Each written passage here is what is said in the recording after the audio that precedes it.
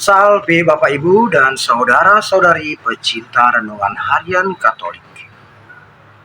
Kata talenta adalah kata yang sangat familiar bagi umat Kristen sebagai suatu kata yang berarti bakat atau kemampuan bawaan lahir pada seseorang. Sampai-sampai banyak yang tak tahu lagi arti talenta yang sebenarnya adalah satuan mata uang. Bahkan ada suatu acara televisi yang cukup disukai oleh pemirsa yang bernama Got Talent.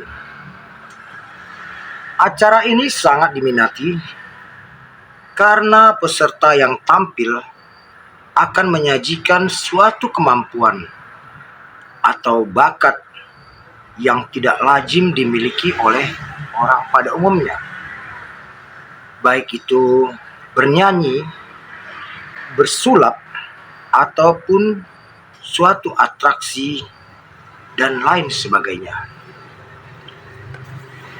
Penggunaan kata talenta yang sekarang ini ternyata diserap dari bacaan Injil Matius 25 ayat 14 sampai 30 yang merupakan renungan harian bagi kita hari ini.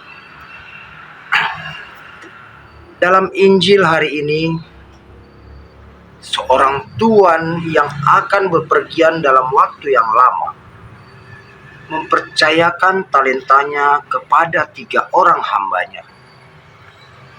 Ada hamba yang diberi 5 talenta, ada yang diberi 2 talenta, dan ada pula yang diberi 1 talenta.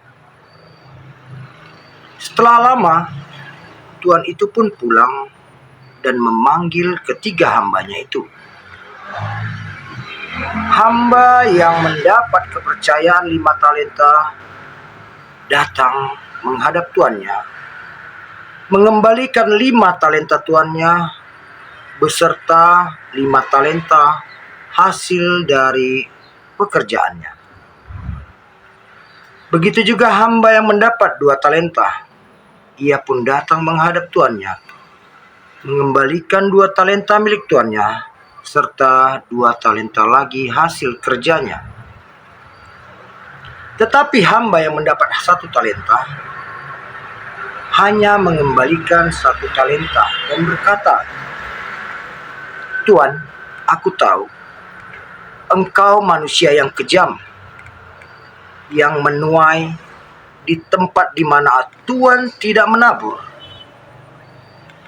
dan yang memungut dari tempat di mana Tuan tidak menanam.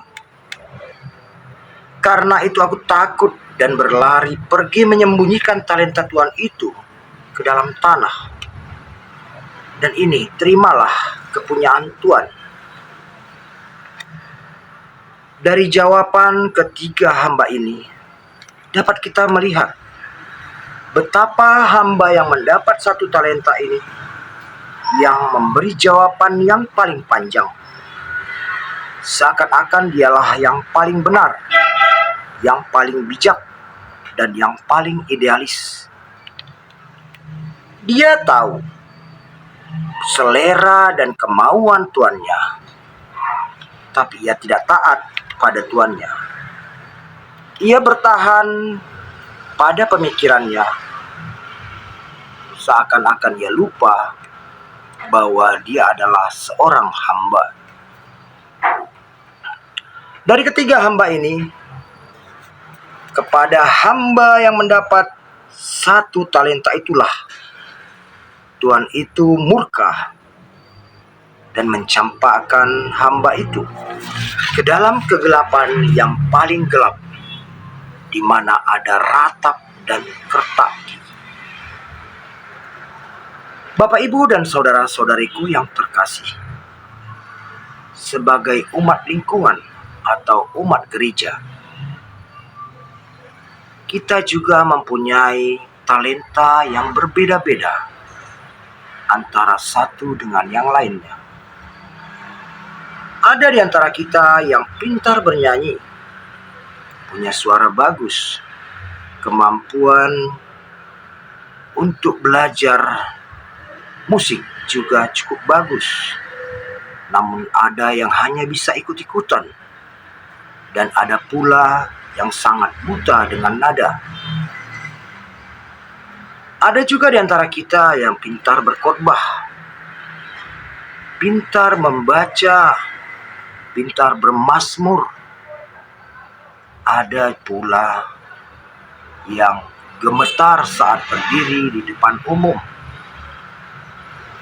Itu semua adalah talenta yang kita dapat dari Allah.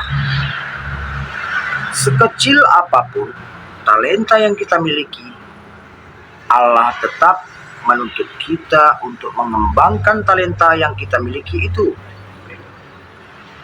Allah tidak berkenan bila kita memendam talenta itu ke dalam tanah atau tidak mengembangkannya.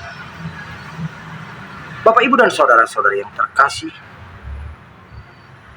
memang banyak orang yang mendapat talenta kecil atau sedikit cenderung untuk membuat 1001 macam alasan untuk tidak mengembangkan talentanya. Layaknya seperti hamba yang mendapat 1 talenta tadi. Tapi sikap memendam talenta yang kecil itu ternyata mengundang murka Allah. Allah tidak menuntut banyak kepada kita bila memang kita hanya mempunyai talenta yang kecil atau sedikit. Tapi Allah akan tetap murka jika talenta yang kecil itu kita pendam. Nah, Bapak, Ibu, dan saudara-saudari yang terkasih, marilah sejak saat ini kita terlibat dalam pelayanan gereja, baik itu bermazmur, menjadi anggota paduan suara, atau bahkan hanya sebagai seorang kolektan, dan lain sebagainya.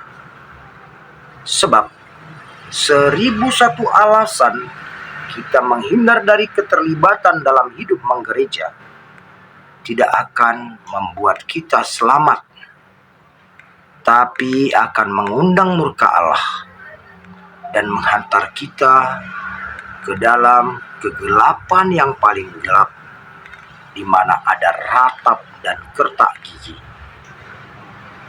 Sekecil apapun peran kita dalam hidup menggereja, itu adalah sukacita bagi Allah. Amin. Tuhan memberkati.